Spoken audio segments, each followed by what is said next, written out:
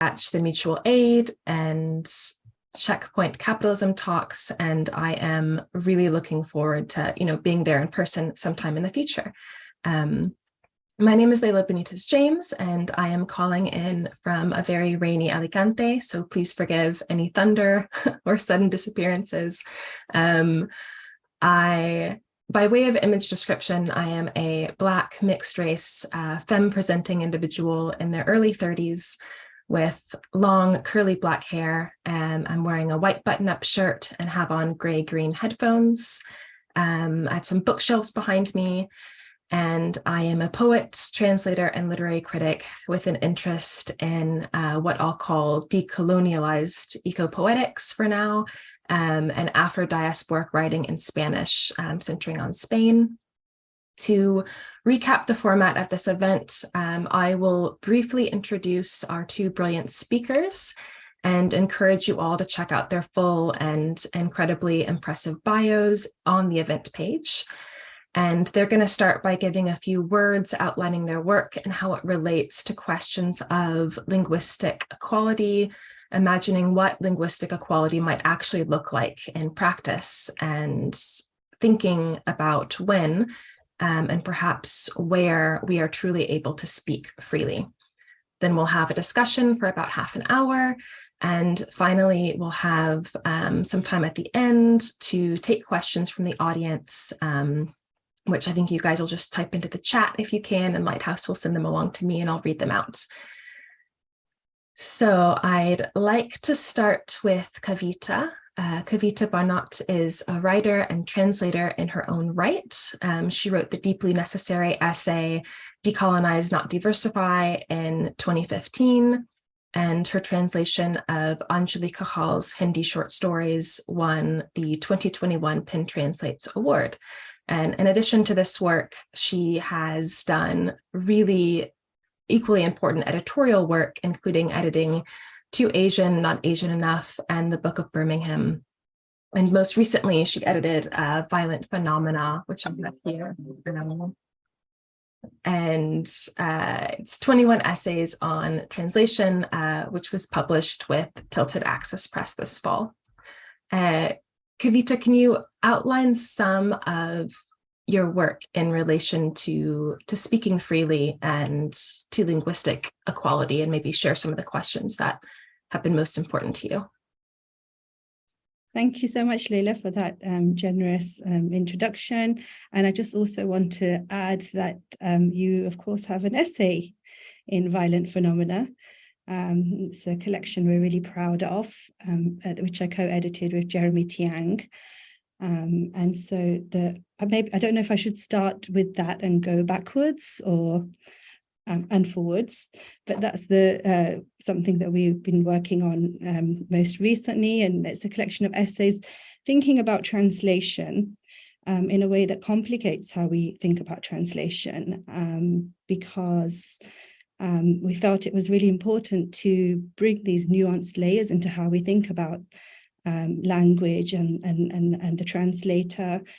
And the context for that is conversations around diversity, which have been, have been quite in the kind of mainstream for a number of years. And the essay which you brought up, Layla, Decolonize, Not Diversify, did set out to kind of ask some of the questions about diversity and inclusion and what it means to simply be inserted in a tokenistic surface way into existing unequal structures.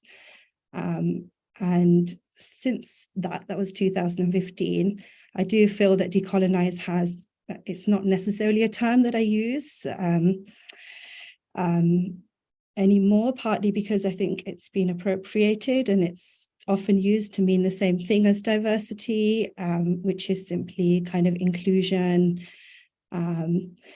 It's used by a lot of institutions. It's used in quite a kind of flippant way, but at the same time, there's a kind of binary that comes up in these conversations, which kind of make it about, for example, the colonizers or the colonized, or people of color versus whiteness. And I think I'm especially interested in this conversation, but generally in looking at the layers within. So looking at how there are so many layers within amongst ourselves, amongst people of color, questions of class and caste and gender, sexuality, but also something which comes up a lot in the anthology, which is the nation state and the kind of relationship that language has in the construction of nation states, including former colonies, and the dominance of certain languages within those countries. So I feel like I could really speak in a really kind of long-winded way, and maybe this will be broken down in the future, but just to summarize in terms of how I think of linguistic equality, I grew up, I spoke Punjabi until I was about 5. I think when I started school, I only knew Punjabi, and it was really important to my mom growing up in England that we were able to speak Punjabi as the eldest children, kind of the eldest of a generation amongst my cousins. We're probably the most comfortable in Punjabi. We especially spoke to my grandmother and my father. And then as I grew older, I also watched a lot of Hindi films, and Hindi is the national language of India. I spent some time in India and learnt Hindi, to speak Hindi and read and write Hindi. And there is a relationship of power between Hindi and Punjabi, but even those languages can be dominant. And so I'm really aware that there's hierarchies. And then within languages and regions, there's hierarchies. So in my perspective, it's simply to read and write or translate is not in itself, the kind of end point, because we have to always be aware of those hierarchies within. So it's a constant kind of journey and constant work. But I'll stop there because I think I can just ramble on. No, that's great. You've hit on a lot of things that I hope we'll circle back to. Like, I mean, the hierarchies of languages certainly, and also just that idea that the terms that we use, the terms that are helpful, can also change, and their meaning can flip depending on how they are used. And so it's always, we have to keep things alive.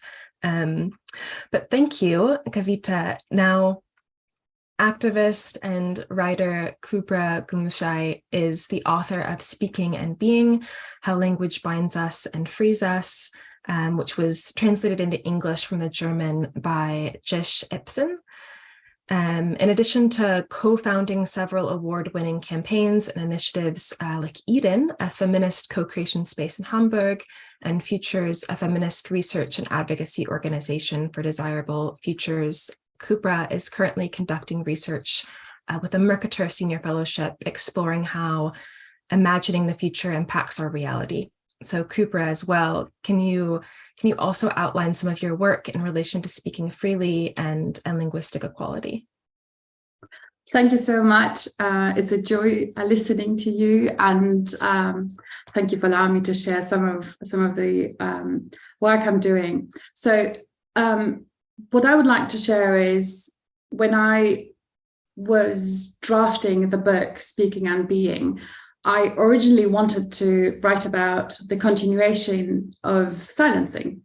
So I was looking at different generations of immigrants in Germany, and how the first generation of immigrants, in generalized terms, were seen by the predominant society as silent because they did not speak the language that was dominant in the country.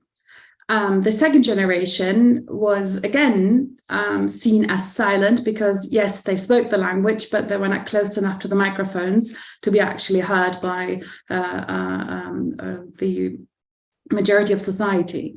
And then the third generation, my generation, we speak the language, we sit at the microphones, we speak into the microphones, but yet we are still silent, because the topics that we are allowed to speak on, about the ways in which we're allowed to speak, in the roles that we are put into, are still so limited that we are still silent, albeit we might fall into the illusion of speaking since words are leaving our mouth. And I feel that the image of a table where we are debating our society, debating our past, present, and future is helpful, since we always debate around, some of the topics you two have mentioned already, having a seat at the table, and sometimes, you're even radical if you sort of question the ways we conduct debates at this table.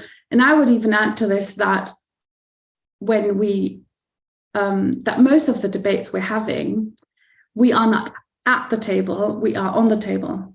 And we are debating our very existence. And then, you're being applauded for being so, reasonable and so polite, while people cut through your flesh. And they wonder about, what's beneath this other layer of muscle and skin and bones, and they explore you, they inspect you, they wonder about the many angles of your body and existence, the way you live and love and the way you exist. And all of this happens, and you respond to their questions, and that kind of conversation is not actually a dialogue, not actually a debate. These are debates where we are the objects. So I was wondering, how is it possible to actually speak? And when I drafted this book and originally wanted to write about the continuation of silencing, I thought how absurd if I were to write a book about silence and silencing if I had the opportunity to actually speak. So to me, this book was also about learning how to speak freely, and to have a performative book that would allow me to actually reconstruct the table and allow for people to contribute respectfully, and to truly be able to explore what there is. And so this is how the book came about. And I think maybe to add on to how that kind of process is possible, I think it is impossible to speak freely without describing the chains, without describing the injustices, without describing the many structural forms of oppression around us. It is absolutely necessary to explore and touch what there is, to then be able to behave differently despite all of this. And I think this kind of balance, not be trapped in what there is, but also not fall into the illusion of that, I don't see color, I don't see this and that, and then sort of jump over into a world that does not yet exist. I think that also feeds into the sort of remanifestation of the injustices in the present world. So I think to be part of this transformation, we have to look at the most violent aspects of our existence, and then to radically act differently, despite knowing that these are the predominant structures in our societies. Yeah, thank you, Kübra.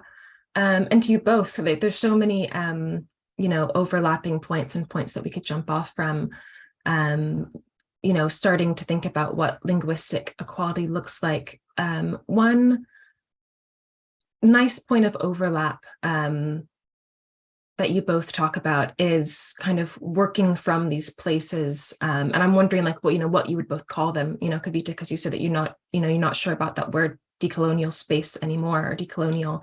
One, what do we even call these spaces that we can work from, which might be more effective rather than, the idea of having a seat at the table, which is, that metaphor that comes up again and again, which can be really helpful. Except that, it's often assumed that we're pulling up a seat at the table rather than being on top of it, or, we don't have the freedom to tell all of our stories. There are certain stories, and Kavita, you bring up the kind of the immigrant stories that just get, brought up again and again because they're the ones that publishers are rewarding. And I really appreciated the fact that, one of the things from the earlier anthology, the Too Asian, Not Asian Enough, was it just that, people were free to write about whatever, they didn't have to write about, their conflicts with their parents, or those same stories that were being pushed upon them, it could open up. But I feel like those opportunities only happen, I noticed in both of your stories, when we weren't talking about kind of like their table. It was a room of people that all had that shared experience, so we weren't wasting time explaining our very existence. We were starting from point M rather than point A. So I think that would be a good place to begin, this idea of maybe making separate spaces. Or Kübra, in your book, you talk about, the fact that after you were just spending time with 3 Muslim friends who didn't have to explain anything already, that the point from which you guys could have your conversation, meant that it can go a lot farther. And then you ended up, opening it up, I think, on Instagram Live to about 600 people.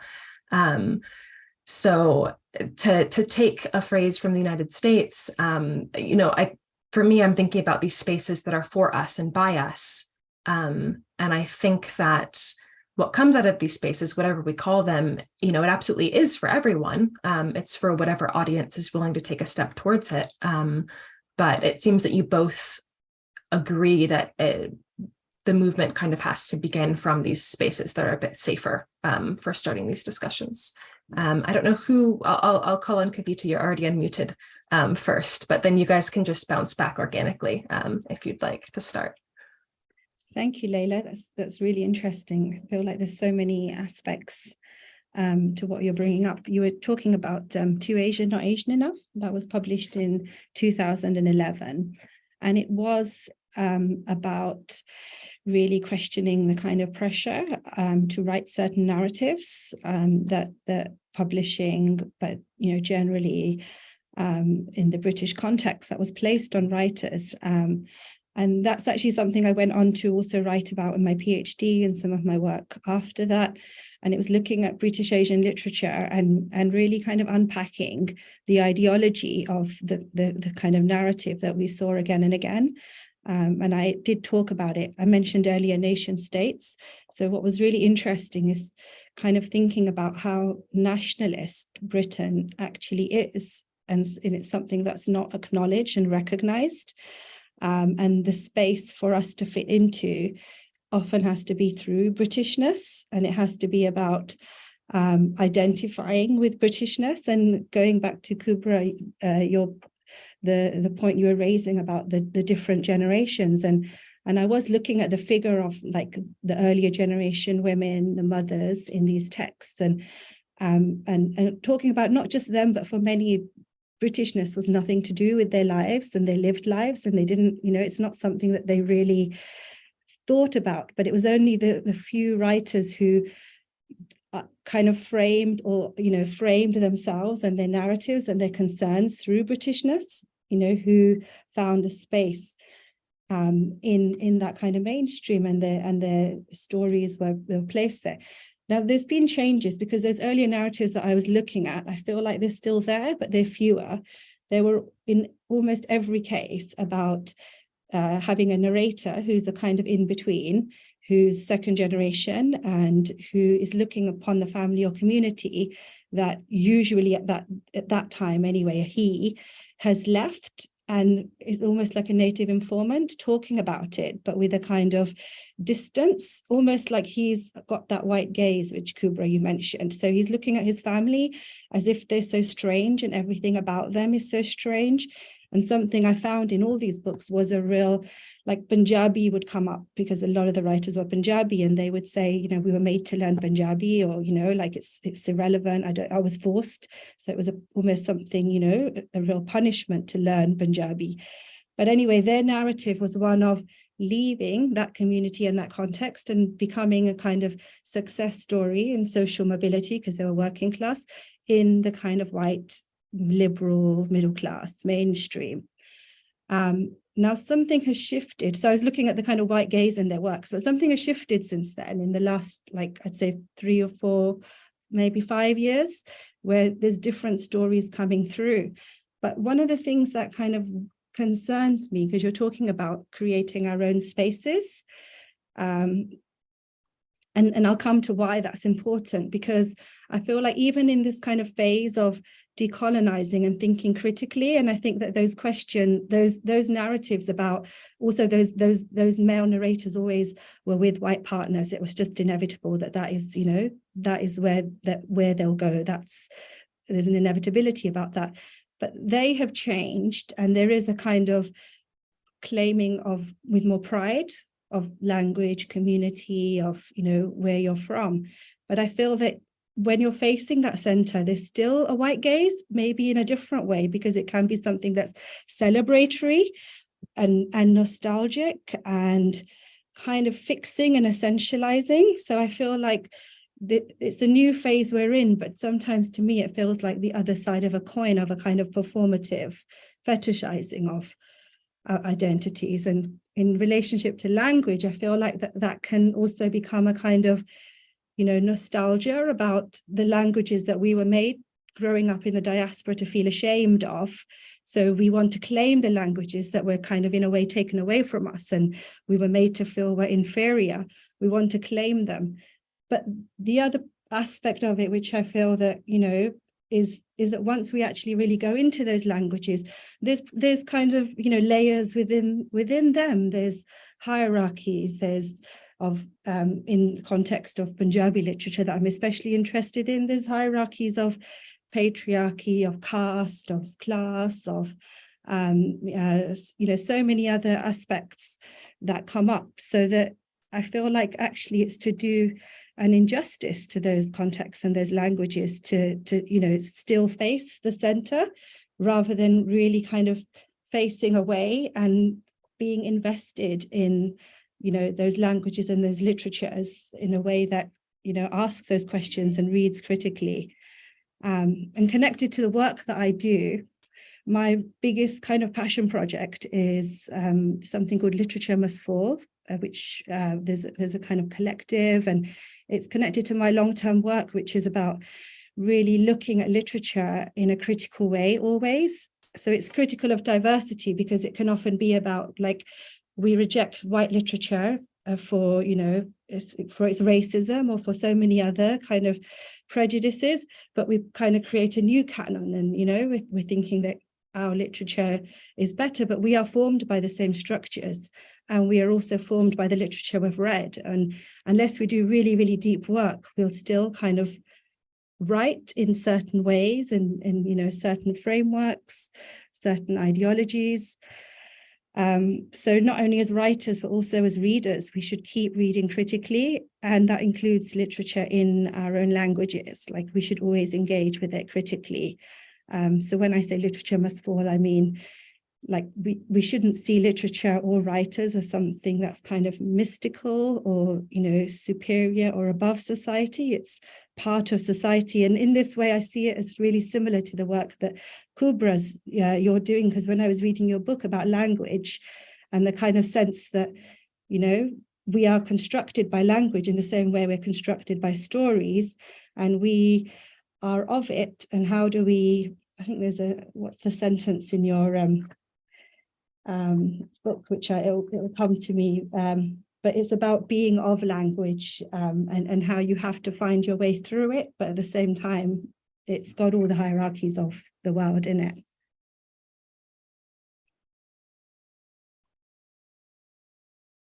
Wow, so many, like, I've taken so many notes because you raised so many beautiful points. I think maybe to touch upon how you see the, you know, how new stories are being told, and there's a reframing of stories, but they are still performing to a white gaze, or albeit it might seem differently to what we've been used to before. And I must say, this is, I think, part of, you know, makes it even more difficult to pinpoint sometimes why why we still have integrated into oppressive structures, because they now seem to be more bearable, more colorful and joyful and bubbly and but yeah, I remembered an anecdote where you know, one, always seeing people who were trying to prove their humanity despite, I can be blah, blah, blah, despite. But also when young people came to me when, I think this was like 6-7 years ago, when a young girl came to me and she said, she loves my work and she would love to do what I do. And back in the days, I was working as a journalist, always, engaged in these political discourses and debates around immigration, racism, integration, you name it. And I was so shocked when she said that to me, because I said to her, I'm doing this because I don't want you to do it. This is like work I'm doing so that you can do what you actually want to do.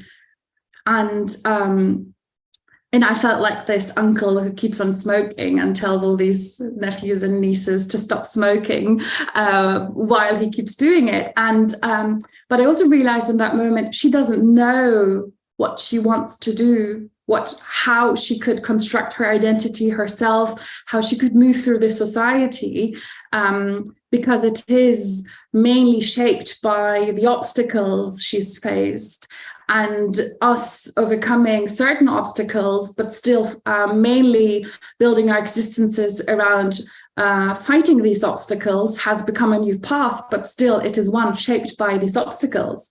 So this is seen as an alternative, but yet it is still within the oppressive structures of a society. And young people thinking it is a career option to be anti-racist, to be an anti-racist writer, is part of the problem. And but I do see some hope in, Kavita, what you have said about facing away, and Layla, what you've said earlier about creating safe spaces. And I know that these safe spaces or safer spaces or turning away causes irritation, because then it is like,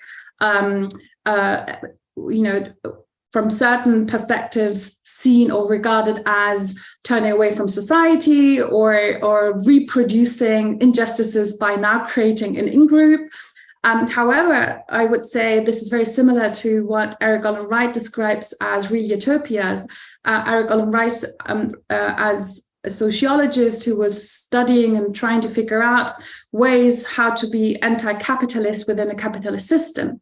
So, and we see the very same structure, by the way, in climate justice movements, anti-capitalist movements, and similarly in feminist and anti-racist movements, where you create spaces where people are at least trying to figure out what an alternative world could look like. And they don't have all the answers. They don't have it all figured out, but they are at least trying to pave a path.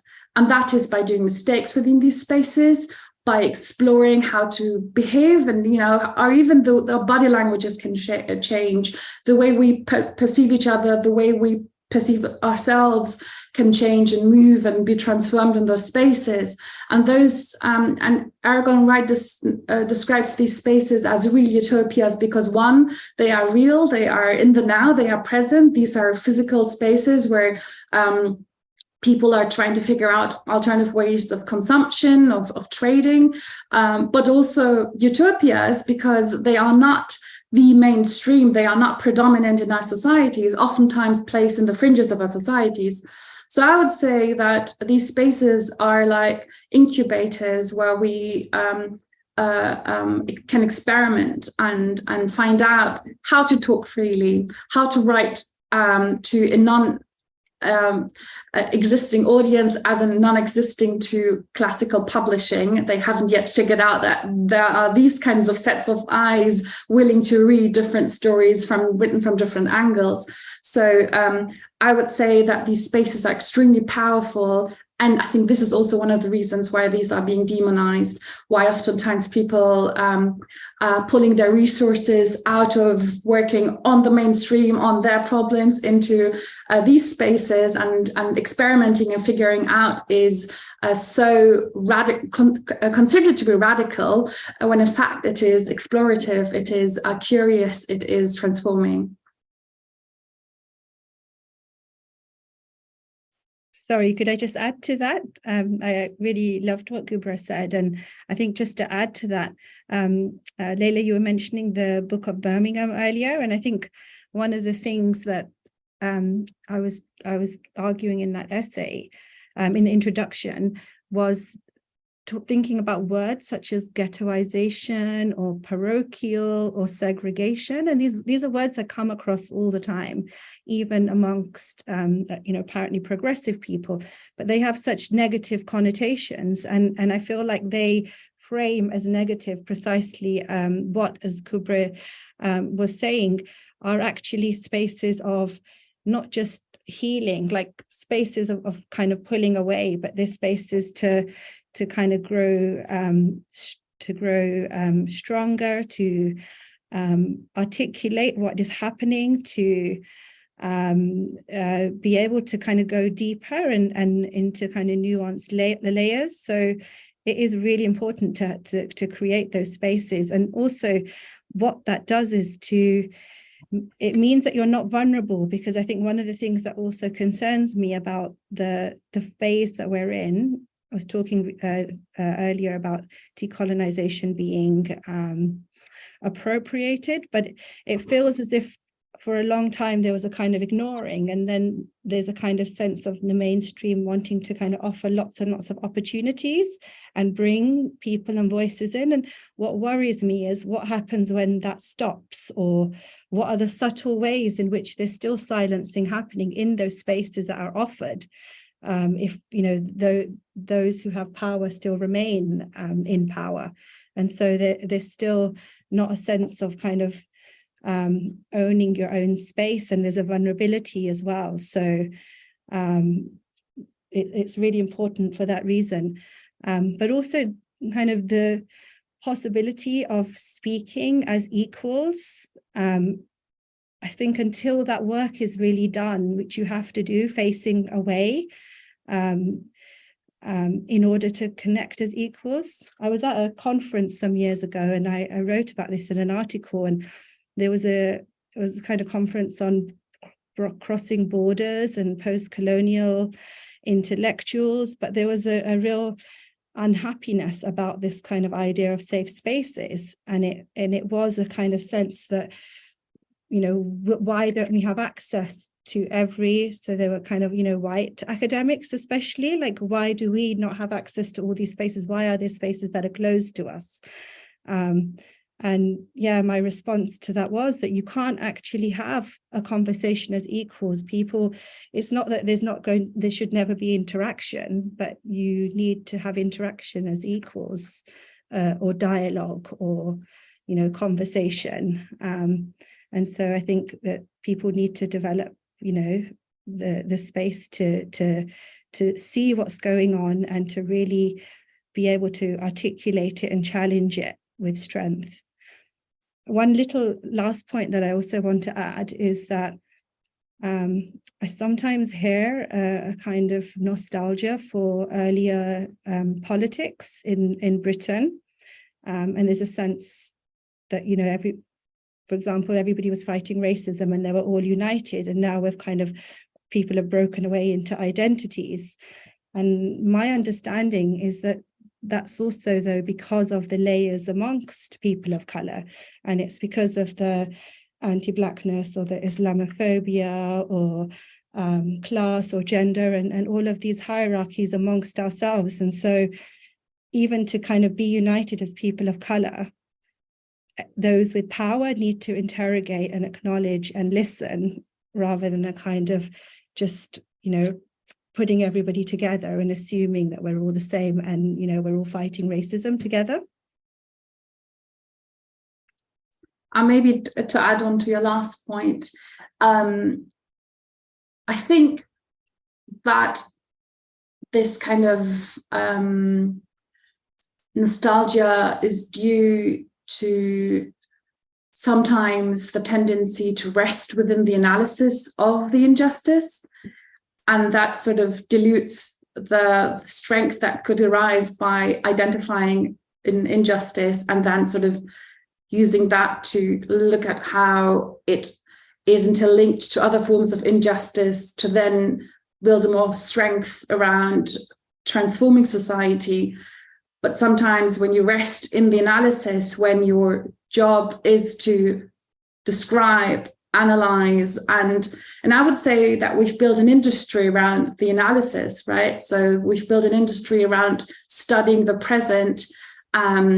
There's this also, it's a quote in the book you might remember. It's one of the quotes that have sort of also laid the foundation, one of the foundations for the book I'm working on right now, which is a quote by one of the former chief advisors of former US President George W. Bush, who anonymously in an interview given to Ron Suskind, an investigative reporter by the New York Times, where he was describing the strategy of the US government. And he said, when we, as in the US government, when we act, we create realities.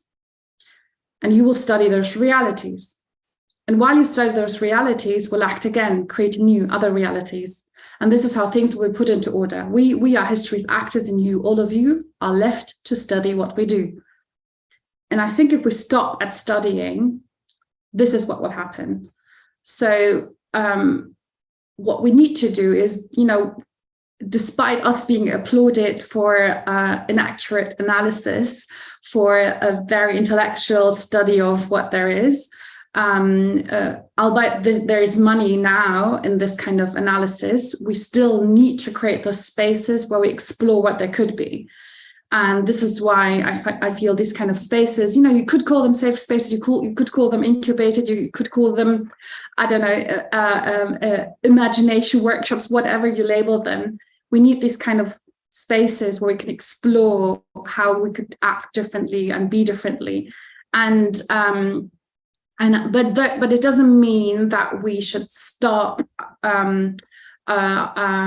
describing the many walls driven not only between those in our society that are now widely identified as privileged, but also looking at the privileges that and the walls driven within our communities. How money is has also become now a mark of identity within our communities. How you can, in the UK, this is a very prominent debate at the moment with the new Prime Minister, and how this is like seen and regarded as, I don't know, some achievement of diversity, when in fact it is a continuation of the power dynamics that have pre-existed.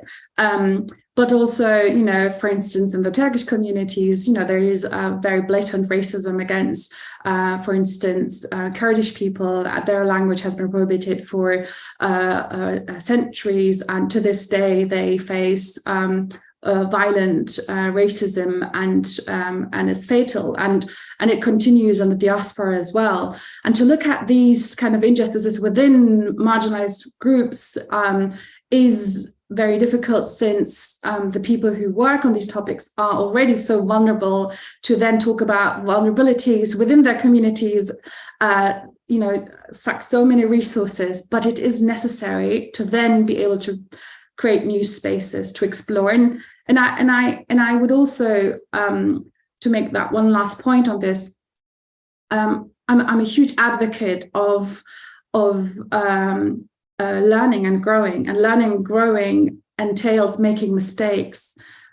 But this industry I talked about earlier that we've created doesn't allow for any mistakes, because only when you are glued to your table and watch the world from afar and analyze the actions of others, but never touch a single thing in the world, move a single thing in the world, this is how you will be, how you can avoid mistakes.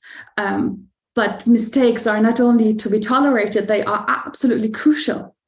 Without mistakes, we will not be able to understand what there is. Without mistakes, we will not understand, will not gain any new insights into what works and what doesn't. So I would also, these safer spaces are not spaces that are designed to bring those together who are morally pure and superior, and in one way, or free of any forms of injustice, but to bring people together who want to learn how to be different, who want to learn, who want through mistakes, through wondering, through exploration, want to figure out how to create new structures that are not built around oppression of others, domination over others, but through respect and through solidarity. And so I would also add that to leave the dynamics of this industry that we've created, we definitely need to allow for spaces in which we can do mistakes as well. Yeah, that's great. And I think, to move us just a little bit more towards the ideas of linguistic equality, you both touched on the fact that, we need to create, more equality among languages. And I'll just say right now, we're having this whole conversation in English, and there are so many hierarchies among languages that have less power, among languages that are maybe even endangered, oppressed by other oppressed languages. There's so many layers to tease out there. And so thinking about translation, thinking about operating in multiple languages, we're just coming up on the time where we'll start to get some of these audience questions coming in, and some of them are already, about questions of translation and target languages and source languages, and the power dynamics with those. But I also just wanted to bring in the fact that we're all parenting young children right now, young multilingual children or bilingual children. And for me, I've had the experience of,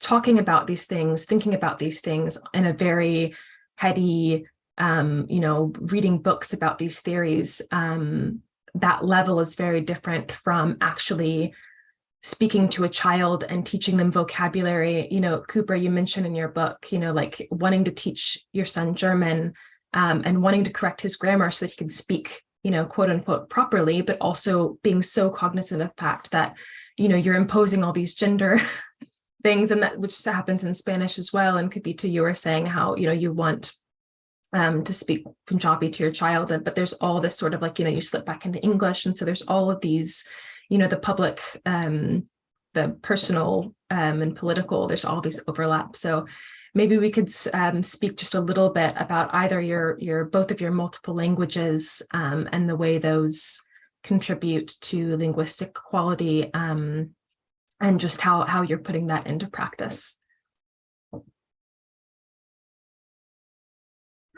Shall I start this time? You were reluctant. Yeah, so this is a topic that has, just yesterday I've been talking to teachers who teach German in schools, primary schools, who have to act within a framework, within a society where there are hierarchies within languages. So, children who come into school who as their first language have English, French or Spanish or any other of those privileged languages will not be seen as flawed. But when those children were to speak Turkish, Kurdish, Swahili as their first languages, they would be seen as flawed, and those who have to yet catch up. And I would say that so what I'm trying to do is with my work, one, show travel with all these people into languages that are almost gone extinct. One of those languages is the language of the Potawatomi, a language spoken by a tribe in Northern America, in today's Oklahoma.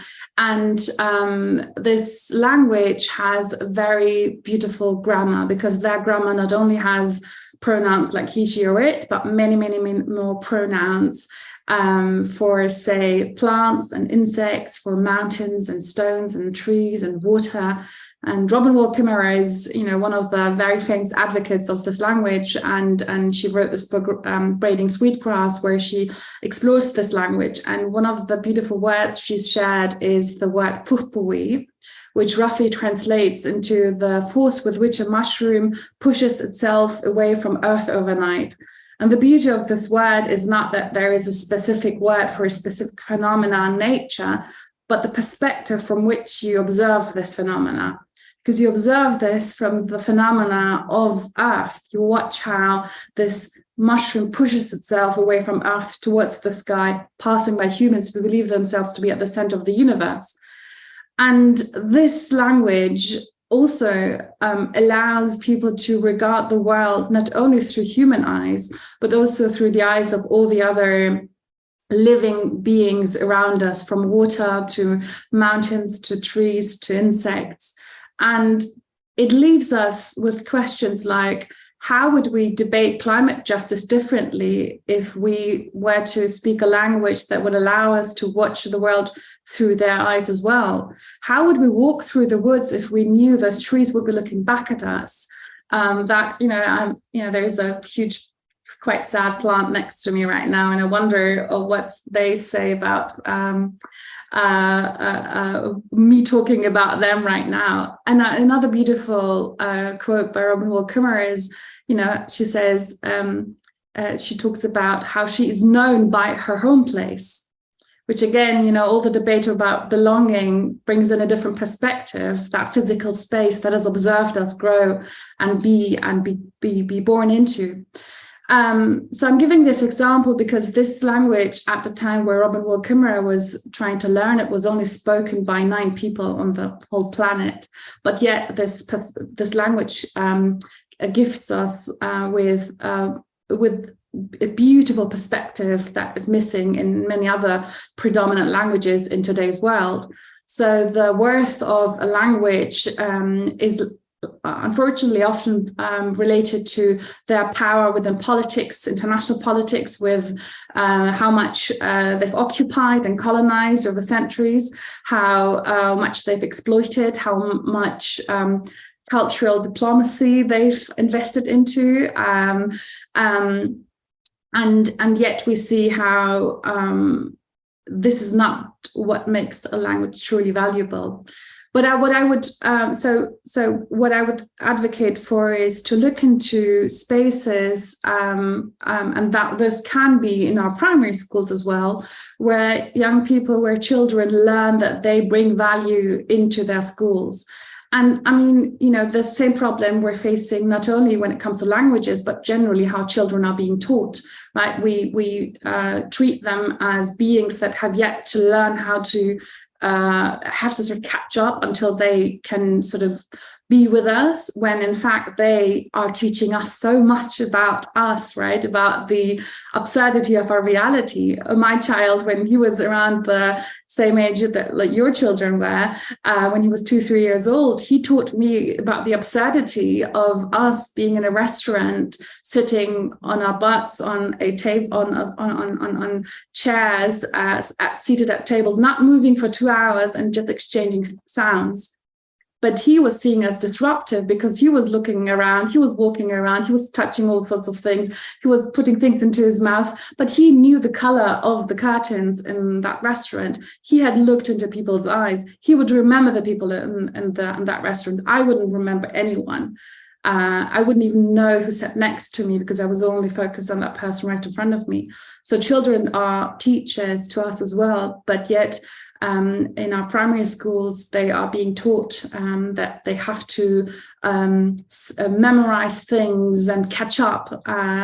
We ask them what time it is, and they will say it's 10:15. We'll say correct, but why don't we ask what time it is, and they will say 10:15. We'll say thank you. This is a very different interaction. One is controlling and testing, and the other is allowing them to share knowledge, allowing them to share insights. So similarly, when it comes to language, we can teach them that they bring value into the environment, into their school, into that circle. And there are beautiful experiments where they've done this in Germany in different primary schools that I won't dive into because I'm aware of time. But what I would say is that there is a lot we can learn from those who are deemed to be less powerful, less privileged in our societies, and we need to reevaluate who gets to teach. I'll just say a few words because I know that there's some questions, but I really liked what Kübra was saying about learning from children and thinking about the ways in which we engage. So I'm really grateful that my mom had this, unlike lots of mothers and parents of that generation. So lots of my kind of peers of my age don't know the language of their parents because there was a desire to kind of assimilate and get ahead as an immigrant. But my mom didn't have those concerns. So she actually enforced that we had to speak Punjabi in the home. And it was not great, to have that enforced, but I'm really grateful for it now. But I am struggling because with my son, I want to speak Punjabi with him and my partner does speak Punjabi, but I keep slipping into English. And I guess I think of like in the anthology, which I will just show. There's quite a few other writers who have talked about the really complicated and violent kind of histories with our languages, especially in the diaspora, but even in those kind of, formerly colonized contexts and countries. So many languages have been lost, and there's contributors like Oneza talking about Kashmiri, talking about that language, dying out. There's Sandra Tamal talking about, in the context of Mozambique, Portuguese is her mother tongue. There's the last essay by Madhu Kaza is also about her relationship with Telugu, moving to the States. So obviously there is something that we do need to kind of work harder to hold on to our languages, because as Kübra really makes so beautifully clear in her book, that there's whole world views and there's whole histories within these languages, and so they will be lost. Yeah, thank you both so much. Yeah, I especially the very specific examples that you give in the book, Kübra, I would love to go into those more, but that just means that everyone just needs to buy the book, because the worldviews that you break down in the book are really lovely, and made me want to learn more languages just for that alone, like never mind translation. I think right now, so we will bounce to questions, and Lighthouse Books has put a few in the chat for us. I'll read a couple of those, but you can also, if you're there in person, you can ask your questions, and you can be brought the laptop and you can actually ask your questions, and I'll see them in the chat. So whoever is doing the tech there will help you out. We had our first question from Nora is, do any of you have thoughts on how to prevent the othering of other peoples and cultures when translating literary styles very different to the target language audience? Sorry, could you just say that question again? Yes, yeah. Do any of you have thoughts on how to prevent the othering of other peoples and cultures when translating literary styles very different to the target language or target audience? When the language of origin is different from the target audience, is that right? Yes, and I'm imagining, just in my head, I'm imagining that maybe we are talking about translating into English, for example, and so other peoples and cultures outside of English who are maybe othered when they're translated into, or maybe, I'm thinking about some translation practices that seek to, maybe over-explain or, othered, I think can hold a host of meanings. I guess I could share a couple of thoughts. So on one hand, it is about thinking about who you are translating for, and perhaps because the audience is often, if we don't think about audience, we can slip into what is considered to be a normative kind of audience, which is, as Anton in Violent Phenomena really articulates, as a mythical white reader. But that can often be the kind of what we fall into, writing for that normative white middle class reader. So perhaps thinking a bit differently about the audience, perhaps being those who are translating about. And I think that some of the essays in the anthology talking about connecting with other people of African origin, like Kayama talks about in her essay, is one of the ways. In our introduction with that I wrote with Jeremy, we kind of complicate both approaches of domesticating, which is basically kind of changing the origin kind of context and language to make it really palatable, and there's a kind of erasure there for the target, for that audience that you assume is the kind of readers of the literature as white readers.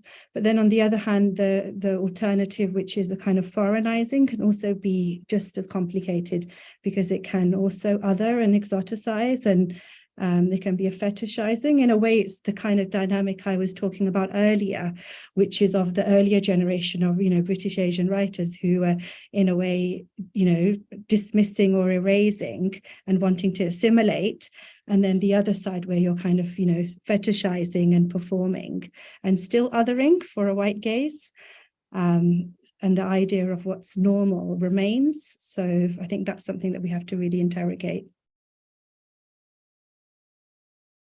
I would just like to add that it is extremely difficult, if not impossible, to not other in societies that have no culture of ambiguity.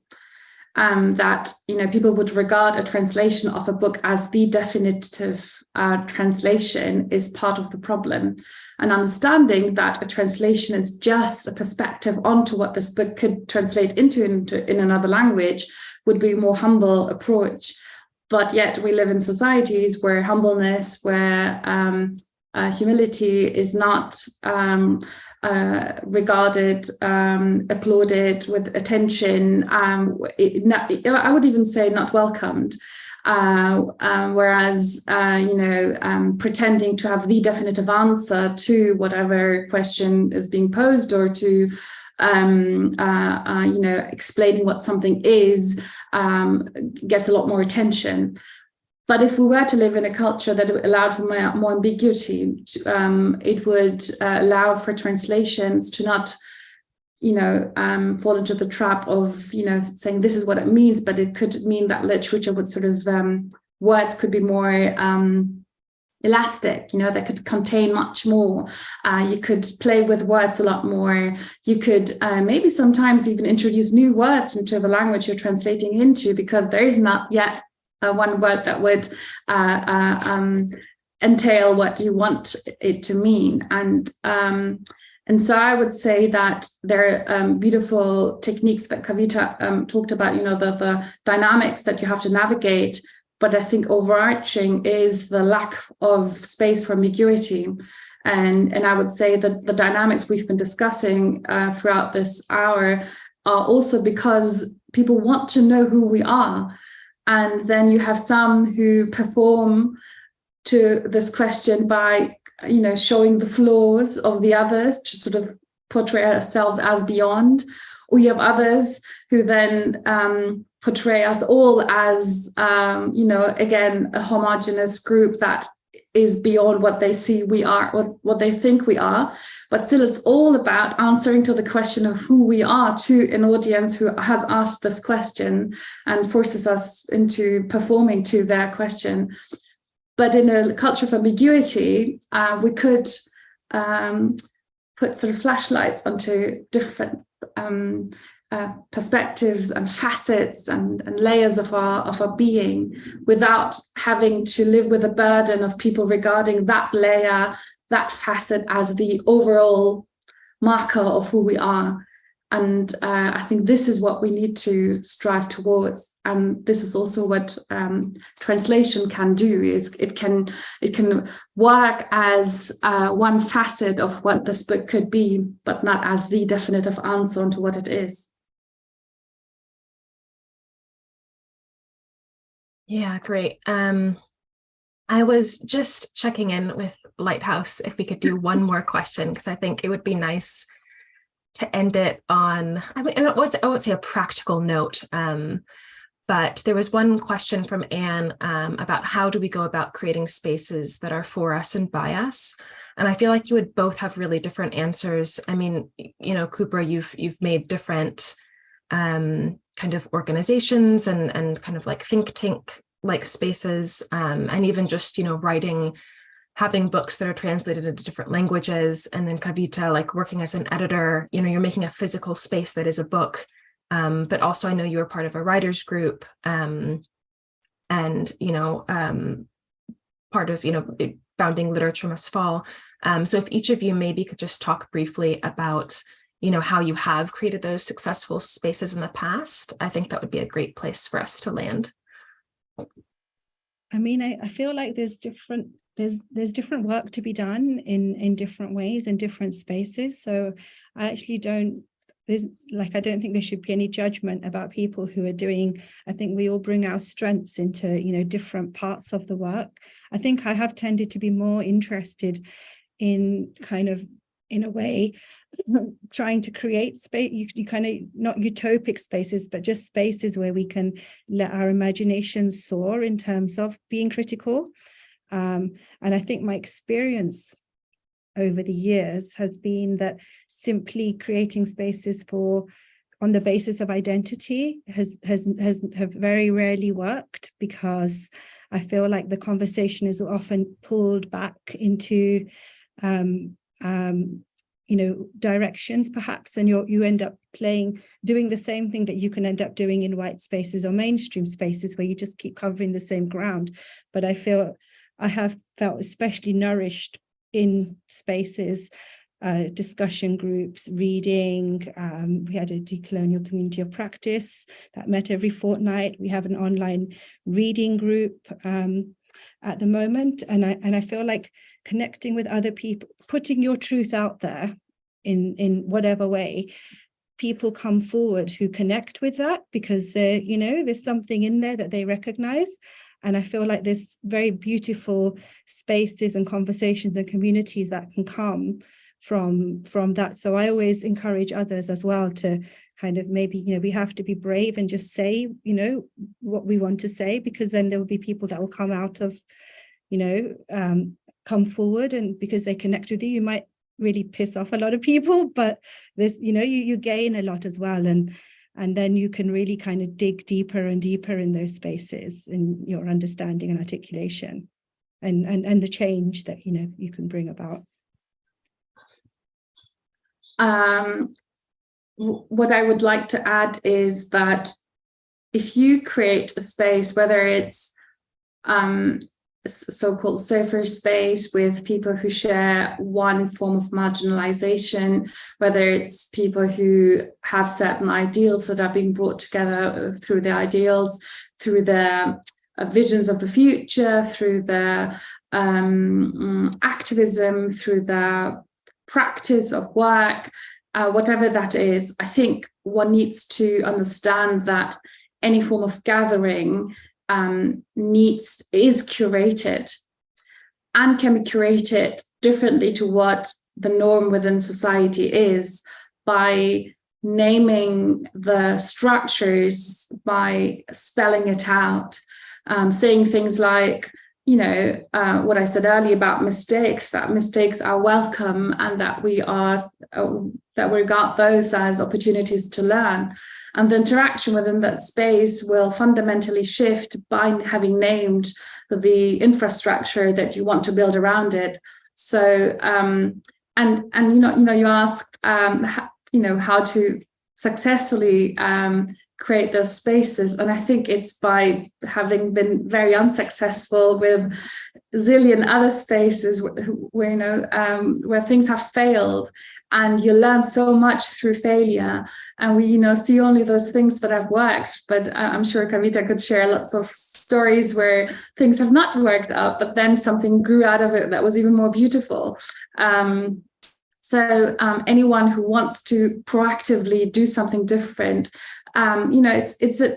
its starting point is bringing 2 other people together and having a circle of 3 people who, do a reading group like what Kavita said earlier, or I think it starts by also having the audacity to do something that society has not yet allowed you to do, to step outside of those norms that are being pushed onto you is one form of step you can take into creating a space where you learn, you grow, and where others grow alongside with you.